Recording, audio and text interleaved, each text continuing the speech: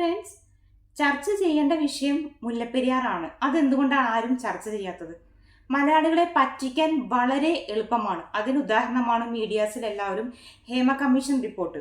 അതായത് ഏത് നടനാണ് വന്ന് കഥകിൽ മുട്ടിയത്, ഏത് നടിക്കാണ് പീഡനം അനുഭവിച്ചത്, ഇതൊക്കെയാണോ കേരളം അനുഭവിക്കുന്ന ഏറ്റവും വലിയ പ്രശ്നം? വയനാട് ദുരന്തം നിങ്ങൾ മറന്നുപോയോ? കോഴിക്കോട് ഒരുപാട് ആളുകളുടെ വീടുകൾ നഷ്ടപ്പെട്ടു, അവരിന്ന് നിസ്സഹായ അവസ്ഥയിലാണ്. വയനാട് ജീവൻ അവശേഷിക്കുന്ന ആളുകളുടെ ദുരിതമായ അവസ്ഥ അതാർക്കും ചർച്ച ചെയ്യണ്ടേ? അർജുന്റെ കുടുംബത്തെ നിങ്ങൾ മറന്നോ? ഇങ്ങനെയുള്ള എല്ലാ വാർത്തകളും മുക്കിയിട്ട് ഈ ഹേമ കമ്മീഷൻ റിപ്പോർട്ട് എടുത്ത് മീഡിയാസിന് കൊടുത്തേക്കുവാണ്. അവർക്ക് പട്ടിക്ക് എല്ലും കഷ്ണം കിട്ടിയതുപോലെ ഈ ഒരു ഹേമ കമ്മിറ്റി റിപ്പോർട്ട് ഏത് നടൻ വന്ന് കൊട്ടി, ഏത് നടിയാണ് പിടിക്കപ്പെട്ടത്, കുറേ നാൾ ഓരോരോ നടന്മാർ, ഓരോ ദിവസം ഓരോ നടന്മാർ, ഇപ്പം നിവിൻ പോളിയുടെ പിന്നാലെ, അങ്ങനെ ഓരോരോ നടന്മാരുടെയും പിന്നാലെ നടക്കുകയാണ്. അതാണോ ഏറ്റവും വലിയ പ്രശ്നം? പിന്നെ നമ്മളൊരു കാര്യം മനസ്സിലാക്കേണ്ടത്, ഹേമ കമ്മീഷൻ റിപ്പോർട്ട് ഓരോ നടിമാരും വന്ന് മൊഴികൾ കൊടുത്തു എന്ന് പറയുന്നത് രഹസ്യമായി 4 വർഷം പൂർത്തി വെച്ചിട്ട് ഇപ്പോൾ എന്തിനിട്ട് കൊടുത്തു? നടപടി എടുക്കേണ്ട കേസായിരുന്നെങ്കിൽ അവർക്ക് രഹസ്യമായി അന്വേഷിക്കാമായിരുന്നു. ഈ പറയുന്ന രഹസ്യമൊഴികളിൽ എല്ലാവരുടെയും പേരുകളുണ്ട്. അവരെയൊക്കെ വിളിച്ച് വേണ്ട രീതിയിലുള്ള കാര്യങ്ങൾ അന്വേഷിച്ച് അവർ നടപടി എടുക്കുകയല്ലേ വേണ്ടത്? അല്ലാതെ ഈ ഒരു സമയത്ത് ഇങ്ങനെയുള്ള റിപ്പോർട്ട് മാധ്യമങ്ങൾക്ക് ഇട്ടുകൊടുത്തു. അവരാണെങ്കിൽ ഓരോ നടിമാരെ വിളിക്കുന്നു, അവരെവിടെ പോയി ഏത് ഹോട്ടലിൽ പോയി ക്യാമറ CCTV ഒക്കെ ഇതിന്റെ പിന്നാലെ ഓടിക്കൊണ്ടിരിക്കുന്നു. ആ ഒരു അവസരത്തിൽ മുക്കിക്കളയുന്ന ഒരുപാട് വിഷയങ്ങൾ, കോഴിക്കോട്, വയനാട്, അർജുൻ, മുല്ലപ്പെരിയാർ, കേരളത്തിലെ ജനങ്ങളുടെ ജീവനും ഭീഷണിയായി ജലബോംബായി നിൽക്കുന്ന മുല്ലപ്പെരിയാർ വിഷയത്തിൽ തമിഴ്നാട് ഏതറ്റം വരെയും പോകും. അത് തമിഴ്നാട്, അതാണ് അവരുടെ ശക്തി, അവിടുത്തെ ജനങ്ങളുടെ ശക്തിയാണത്, അവരുടെ ഒത്തൊരുമയാണത്. ഇന്ന് കേരളത്തിലെ ജനങ്ങൾക്ക് ആ ഒത്തൊരുമയില്ല.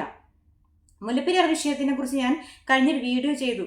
അതിൽ പെറ്റീഷൻ ലിങ്ക് ഉണ്ട്. ഹോണറബിൾ പ്രൈം മിനിസ്റ്റർക്ക് നമ്മളുടെ ഒരു പെറ്റീഷൻ കൊടുക്കുന്നതാണ്. 20,000 ആൾക്കാരാണ് അതിൽ സൈൻ ചെയ്തേക്കുന്നത്. 3.5 കോടി ജനങ്ങൾ കേരളത്തിലുണ്ട്. അപ്പോൾ ആ പെറ്റീഷൻ, ചില ആൾക്കാർക്ക് നമ്മൾ പെറ്റീഷൻ്റെ ലിങ്ക് അയച്ചു കൊടുക്കുമ്പോൾ അവർ ചോദിക്കുന്നത് ക്രിമിനൽ പെറ്റീഷനാണോ, എന്താണ് ഏതാണെന്നൊന്നും അറിയാത്ത ആൾക്കാർ ഇപ്പോഴും ഉണ്ട്. അപ്പോൾ നമ്മളൊരു വീഡിയോ ചെയ്യാമെന്ന് വിചാരിച്ചു. ആ വീഡിയോ ഞാൻ ചെയ്തു. അതിൽ അഡ്വക്കേറ്റ് റസൽ ജോയ് പറയുന്ന കുറച്ച് വീഡിയോസ് ഞാൻ ആഡ് ചെയ്തിട്ടുണ്ട്. ഞാനും അതിനെക്കുറിച്ച് എക്സ്പ്ലെയിൻ ചെയ്തിട്ടുണ്ട്. എന്താണിത്, എന്തിനു വേണ്ടിയാണ് എന്നുള്ളൊരു കാര്യം എക്സ്പ്ലെയിൻ ചെയ്തിട്ടുണ്ട്. അപ്പോൾ ആ വീഡിയോ ഇട്ടപ്പോൾ ഞാൻ പറഞ്ഞിട്ടുണ്ടായിരുന്നു, ലൈക്ക് ചെയ്യണം, ഷെയർ ചെയ്യണം എൻ്റെ വീഡിയോ എന്ന്. കാരണം ആ വീഡിയോ കേൾക്കുമ്പോൾ ഒരുപാട് ആൾക്കാർ ലിങ്ക്, പെറ്റീഷൻ കൊടുത്ത ലിങ്ക് അവർ സൈൻ ചെയ്തു. വളരെ നന്ദി എന്ന് പറഞ്ഞാൽ ഒരുപാട് നന്ദി.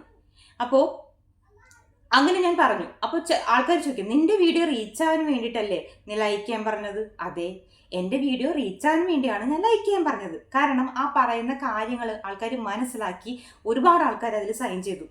നമ്മുടെ കേരളത്തിലെ ജനങ്ങൾക്ക് മുല്ലപ്പെരിയാർ കൊണ്ടുള്ള അപകട ഭീഷണിയിലാണ്, നമ്മൾ ഭീഷണിയിലാണ് ജീവിക്കുന്നത്. നമ്മൾ ആ ഒരു വിഷയം നമ്മൾക്ക് അവതരിപ്പിക്കാനുള്ള ഒരു മാർഗമാണ് ആ ഒരു പെറ്റീഷൻ. അപ്പോൾ 20,000 ആൾക്കാർക്ക് അതിൽ ആശങ്കയും ഭയവും ഉള്ളൂ. ഓക്കെ. പിന്നെ ഞാനിട്ടത് ഡേ ഇൻ മൈ ലൈഫ് എന്നൊക്കെ പറഞ്ഞ ഒരുപാട് ആൾക്കാർ വീഡിയോ, ഹായ് ഫ്രണ്ട്സ്, ഞാൻ രാവിലെ എഴുന്നേറ്റു, പല്ല് തേച്ചു, ഞാൻ അങ്ങോട്ട് ഓടുന്നു, അങ്ങനെയൊന്നും പറഞ്ഞിട്ടില്ല. അങ്ങനെയുള്ള വീഡിയോ ഒക്കെ ഇട്ടിട്ട് അവർ പറയുന്നുണ്ടല്ലോ, നിങ്ങൾ ലൈക്ക് ചെയ്യണം, ആദ്യമായിട്ട് കാണുന്നവരാണെങ്കിൽ സബ്സ്ക്രൈബ് ചെയ്യണം, കമൻറ്റ് ബെല്ലൈക്കൻ പ്രസ് ചെയ്യണം, പിന്നെ എന്തൊക്കെയാണ് കമൻറ്റ് ചെയ്യണം, ഷെയർ ചെയ്യണം എന്നൊക്കെ പറയുമ്പോൾ നിങ്ങൾ എത്ര സന്തോഷത്തോടെ അതൊക്കെ ചെയ്ത് കൊടുക്കുന്നു. അപ്പം ഞാൻ ഈ ഒരു മുല്ലപ്പെരിയാർ പറഞ്ഞപ്പോൾ നിനക്ക് വീഡിയോ റീച്ച് ആകും. ഞാൻ വീഡിയോ ഒക്കെ റീച്ച് ആക്കിയിട്ട് ഞാൻ ഭയങ്കര സംഭവമായിട്ട് എൻ്റെ വീഡിയോ എറണാകുളം നോർത്ത് പറവൂരാണ്. ഈ ഡാമിന് എന്തെങ്കിലും സംഭവിച്ചു കഴിഞ്ഞാൽ ചെളിയിലുണ്ടാവും. അപ്പോൾ ചെളിയിൽ നിന്നൊന്ന് മാന്തി നിങ്ങൾ എടുത്തോളൂ. ഞാൻ എന്താണ് നിങ്ങളോടൊക്കെ പറയേണ്ടത്? പിന്നെ ഇപ്പം ഹേമ കമ്മിറ്റി റിപ്പോർട്ട് മീഡിയാസ് എന്നും ചർച്ച ചെയ്യുന്നുണ്ട്. ഓരോ സെക്കൻഡിലും അവർ ഓരോ വാർത്തകൾ ഇടുന്നുണ്ട്. കേരളത്തിന് മാത്രമല്ല, കേരളത്തിൻ്റെ പുറത്തുള്ള സംസ്ഥാനങ്ങളിൽ പോലും ഹേമ കമ്മീഷൻ റിപ്പോർട്ട് ചർച്ച ചെയ്യുന്നു. അപ്പോൾ മീഡിയാസും പത്രങ്ങൾ ഒക്കെ മുല്ലപ്പെരിയാർ വിഷയം മാത്രം ചർച്ച ചെയ്താൽ എത്രയോ ജനങ്ങളിലേക്ക് അത് എത്തിക്കാൻ പറ്റും. ഞാനിങ്ങനെ പറഞ്ഞു, എൻ്റെ വീഡിയോസ് കാണുന്ന കുറച്ച് ആൾക്കാരേ ഉള്ളൂ. കുറച്ച് ആൾക്കാർ മാത്രം ലൈക്ക് ചെയ്യും, ഷെയർ ചെയ്യും, അല്ലെങ്കിൽ അങ്ങനെയൊക്കെ ചെയ്യും. കാരണം ഫേസ്ബുക്കിൽ കൂടിയും നമ്മൾ എന്തോരം പറഞ്ഞാൽ എത്ര ആൾക്കാർ കാണും. പക്ഷെ മീഡിയാസ്, വാർത്തകൾ കാണുന്ന ഒരുപാട് ആൾക്കാരുണ്ട്, പത്രം വായിക്കുന്ന ഒരുപാട് ആൾക്കാരുണ്ട്. അവർക്കൊക്കെ അറിയാനായിട്ട് മീഡിയാസ് എന്തുകൊണ്ട് അങ്ങനെ എഫേർട്ട് എടുക്കുന്നില്ല? അല്ലെങ്കിൽ വയനാട് ദുരന്തം നടന്നതുപോലെ ഒരുപാട് ആൾക്കാർ മരിച്ചതിന് ശേഷം അവർ റിപ്പോർട്ട് ഇടാനിരിക്കുകയാണ്. Prevention is better than cure എന്നല്ലേ? പ്രിവെൻഷന് വേണ്ടിയല്ലേ നമ്മൾ നിലവിളിക്കുന്നത്? പിന്നെ ഡാം ഇന്ന് പൊട്ടുമോ നാളെ പൊട്ടുമോ അതല്ല നമ്മുടെ ചർച്ചാ വിഷയം. 130ഓളം വർഷം പഴക്കമുള്ള സുർക്കിൽ പണിത, ബ്രിട്ടീഷുകാർ പണിത ഡാം അത്ഭുത പ്രതിഭാസമായി ഒരിക്കലും ഒന്നും സംഭവിക്കില്ല എന്ന് പറയുന്നവരുടെ ആത്മവിശ്വാസത്തിന് ലക്ഷക്കണക്കിന് ആൾക്കാരുടെ ജീവൻ കുരുതി കൊടുക്കണം. പിന്നെ സുർക്കിയിൽ പണിത 71 വർഷം പഴക്കമുള്ള തുംഗഭദ്ര കഴിഞ്ഞ മാസമല്ലേ അതിൻ്റെ ഷട്ടർ പൊട്ടിയത്? 33 ഷട്ടർ തുറക്കേണ്ടി വന്നു അടിയന്തരമായിട്ട്. അപ്പോൾ ഒരാൾ പറഞ്ഞു, നിങ്ങൾ എന്തൊക്കെയാണ് പറയുന്നത്, നിങ്ങളൊരു വിഡ്ഢിയാണെന്ന്. അപ്പോൾ എനിക്ക് ആ ഒരു കമൻറ്റ് കണ്ടപ്പോൾ തോന്നിയത്, ടൈറ്റാനിക്കിലെ ക്യാപ്റ്റൻ പറഞ്ഞൊരു വാക്കുണ്ടല്ലോ, അതാണ് എനിക്ക് ആ ചേട്ടൻ അത് പറഞ്ഞപ്പോൾ എൻ്റെ മനസ്സിലേക്ക് വന്നത്. അവരുടെ ഒരു ആത്മവിശ്വാസം. പക്ഷെ അങ്ങനെ ആത്മവിശ്വാസത്തിൽ കൊണ്ടുപോയി ഞങ്ങളുടെ കുഞ്ഞുങ്ങളെ ചെളിയിൽ മുക്കി കൊല്ലണം. പിന്നെ എൻ്റെ യൂട്യൂബ് ചാനലാണ്, ഞാൻ മാക്സിമം പറയും, ഈ ഒരു കാര്യം സപ്പോർട്ട് ചെയ്യുന്ന ആൾക്കാർ നിങ്ങൾ ലൈക്ക് ചെയ്യുക, നിങ്ങൾ ഷെയർ ചെയ്യുക മാക്സിമം ആളുകളിലേക്ക്. അല്ലാത്തവർ ഷെയറും ചെയ്യണ്ട, കാണുക പോലും വേണ്ട കേട്ടോ. പിന്നെ ഒരു കാര്യം പറയാനുള്ളത്, ഒരു സമാധാനം ഉണ്ടല്ലോ, കാരണം എന്തായാലും മരിക്കും. അപ്പോൾ എന്തെങ്കിലും സ്വന്തം നാടിന് വേണ്ടി രണ്ടു വാക്ക് സംസാരിച്ചിട്ട് മരിച്ചോളൂ. ഈ നടൻ്റെയും നടിമാരുടെയും പിന്നാലെ വാർത്തയിടുന്നതിൽ എത്രയോ ഭേദമാണ്. എനിക്ക് ഒരുപാട് വാർത്തകൾ വേറെയും ഇടാനുണ്ട്, പക്ഷെ ഞാനിതിടും. മുല്ലപ്പെരിയാർ വിഷയം ഞാൻ ഇടണ്ടെന്ന് വിചാരിച്ചാണ്. കുറേ ആൾക്കാർ എനിക്ക് കമൻറ്റ് കിട്ടു, ചേച്ചി 2.5 വയസ്സുള്ള കുഞ്ഞിനെ കെട്ടിപ്പിടിച്ചിട്ടാണ് കിടക്കുന്നത് രാത്രി, എന്തെങ്കിലും സംഭവിച്ചാൽ ഒരുമിച്ച് ഒലിച്ചു പോകുമെന്ന്. ഒരമ്മയിട്ടേക്കൊന്നും, ഞാൻ കഷ്ടപ്പെട്ട് പ്രവാസിയാണ്, ഞാൻ കഷ്ടപ്പെട്ട് ആണ് കുടുംബം നോക്കുന്നത്, എൻ്റെ മക്കളും എൻ്റെ വീടും എല്ലാം നാട്ടിലാണ്. എന്തെങ്കിലും സംഭവിച്ചാൽ പിന്നെ ഞാൻ ആർക്ക് വേണ്ടിയാണ് ജീവിക്കുന്നത്? മകളെ നീ വീഡിയോ നിർത്തരുത്, നീ മാക്സിമം നീ പറഞ്ഞുകൊണ്ടിരിക്കണം. അങ്ങനെ ഒരുപാട് ആൾക്കാർ റിക്വസ്റ്റ് ചെയ്തു. അപ്പോൾ അതൊന്നും കണ്ടില്ല കേട്ടില്ല നടിക്കാൻ പറ്റില്ല. മാത്രമല്ല എൻ്റെ വീടും എറണാകുളത്താണ്, എൻ്റെ കുടുംബവും അവിടെയാണ്. അപ്പോൾ പിന്നെ എനിക്കും പറയാതിരിക്കാൻ പറ്റുമോ?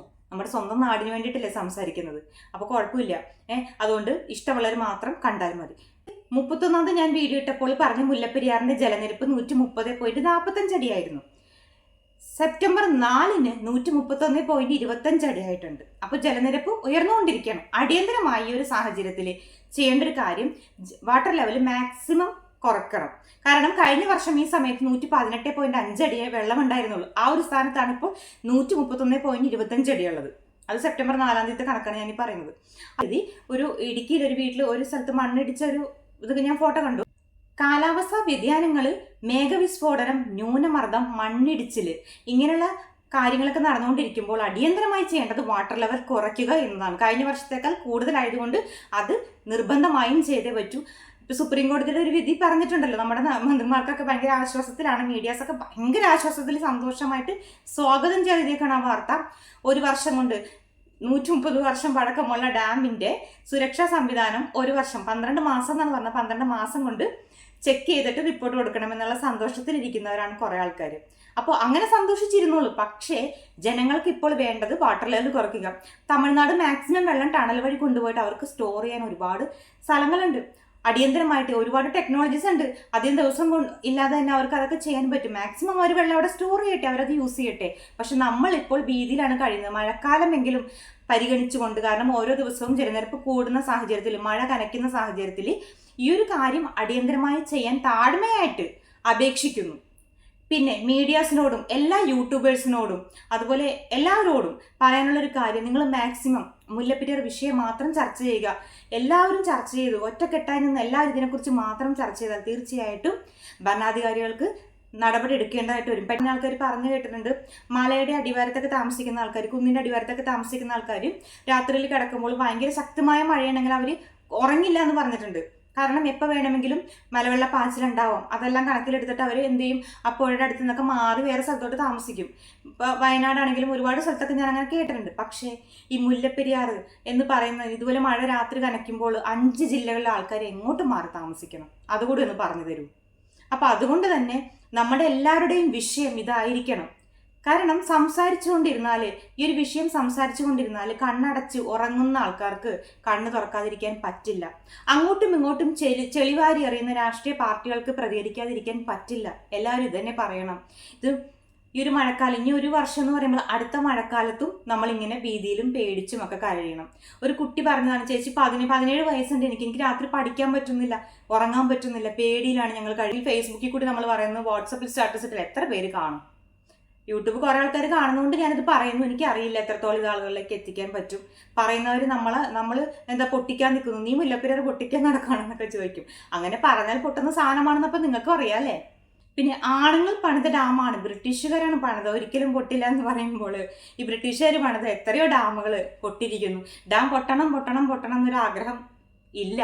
പക്ഷേ അത് എന്തെങ്കിലും വലിയൊരു ദുരന്തം സംഭവിക്കുന്നതിന് മുമ്പ് നമ്മൾക്ക് പ്രിവെൻഷൻ വേണം. അതിന് വേണ്ടിയിട്ടാണ് സംസാരിച്ചുകൊണ്ടിരിക്കുന്നത്. പിന്നെ ചിലർ ചോദിക്കും, ഇവിടെ വന്നിരുന്ന് ഇങ്ങനെ പറയുന്നതുകൊണ്ട് എന്തായാലും അർത്ഥമുണ്ടോ എന്ന്. അർത്ഥമുണ്ട്. ഇവിടെ വന്നിരുന്ന് ഇങ്ങനെ പറയുമ്പോൾ ഇപ്പോൾ ഈ ഹേമ കമ്മിറ്റി റിപ്പോർട്ട് ഇന്ത്യയിൽ മാത്രമല്ല, ഇന്ത്യക്ക് പുറത്തുള്ള ആൾക്കാരും സംസാരിക്കാൻ തുടങ്ങി. എന്തുകൊണ്ടാണ്? നമ്മുടെ മീഡിയാസ് ഒത്തൊരുമയോടെ അവർ ഇത് ഇടുന്നുണ്ട്. കഥകിൽ മുട്ടി ആ നടി പീഡിപ്പിച്ചു, ദുബായി കൊണ്ടുപോയി പീഡിപ്പിച്ചു, അവിടെ കൊണ്ടുപോയി, ഹോട്ടലിൽ കൊണ്ടുപോയി എന്ന് പറഞ്ഞിടുന്നില്ലേ?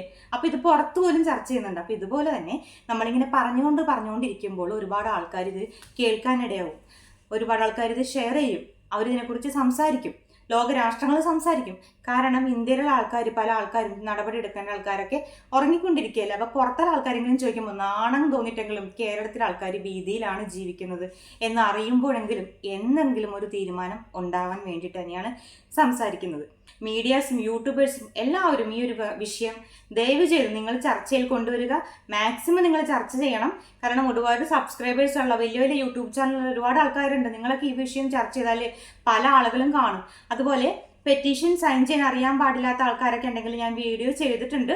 അപ്പോൾ ആ ഒരു വീഡിയോ കാണുമ്പോൾ നിങ്ങൾക്ക് മനസ്സിലാവും എങ്ങനെയാണ് പെറ്റീഷൻ സൈൻ ചെയ്യേണ്ടതെന്ന്.